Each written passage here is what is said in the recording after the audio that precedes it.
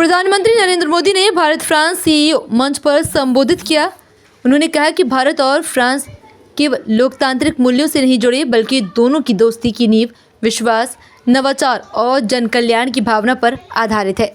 प्रधानमंत्री नरेंद्र मोदी ने कहा कि 2047 तक देशवासियों ने भारत को विकसित देश बनाने का लक्ष्य रखा है। पीएम मोदी ने सीईओ फोरम को भारत की विकास यात्रा में शामिल होने के लिए निमंत्रित किया। पीएम ने कहा कि जब फ्रांस की टेक्नोलॉजी और भारत का टैलेंट मिलेगा तो सिर्फ व्यापारिक परिदृश्य पर ही नहीं बल्कि वैश्विक बदलाव होंगे। प्रधानमंत्री ने कहा कि दुनिया की सबसे तेजी से बढ़ती प्रमुख अर्थव्यवस्था जल्दी दुनिया की तीसरी सबसे बड़ी अर्थव्यवस्था बनने जा रही है। उन्होंने कहा कि वैश्विक मंच पर हमारी पहचान यह है कि आज भारत तेजी से एक पसंदीदा वैश्विक निवेश गंतव्य बन रहा है। उन्होंने देश में उठाए जा रहे सुधारात्मक कदमों का जिक्र करते हुए कहा कि निवेश के लिए यही समय सबसे सही समय है। आज भारत डाइवर्सिफिकेशन और डी रिस्किंग का सबसे बड़ा केंद्र बनता जा रहा है। कुछ दिन पहले हमारे बजट में न्यू जनरेशन रिफॉर्म्स अंकित किए गए हैं। ईज ऑफ डूइंग बिजनेस के लिए नए कदम उठाए हैं।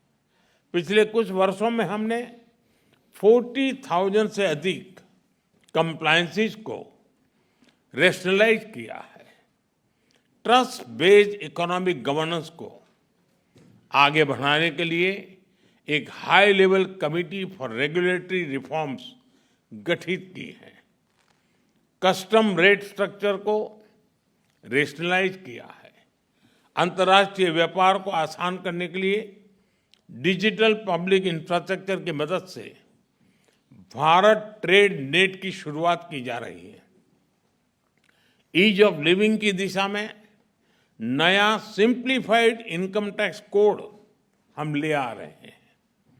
नेशनल मैन्युफैक्चरिंग मिशन की घोषणा की है और नए सेक्टर्स जैसे कि इंश्योरेंस सेक्टर को 100% एफडीआई के लिए खोल दिया गया है। इन सब इनिशिएटिव्स को आप जरूर ध्यान से स्टडी करें। मैं आप सबको कहता हूं कि भारत में आने का यही समय है, सही समय है। भारत के 1.4 मिलियन लोगों ने 2047 तक विकसित भारत का संकल्प लिया है।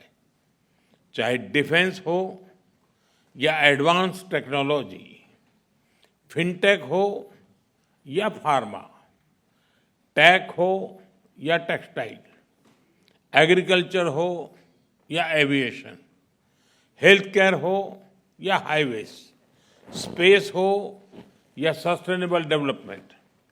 आप सभी साथियों के लिए इन सभी क्षेत्रों में इन्वेस्टमेंट्स और कोलैबोरेशंस की अनेक संभावनाएं हैं। मैं आप सभी को भारत की विकास यात्रा से जुड़ने के लिए आमंत्रित करता हूं। जब फ्रांस की फिनेस और भारत का स्केल मिलेगा, जब भारत का पेस और फ्रांस का प्रिसिजन मिलेगा, जब फ्रांस की टेक्नोलॉजी और भारत का टैलेंट मिलेगा, तो सिर्फ बिजनेस लैंडस्केप ही नहीं, ग्लोबल ट्रांसफॉर्मेशन होगा।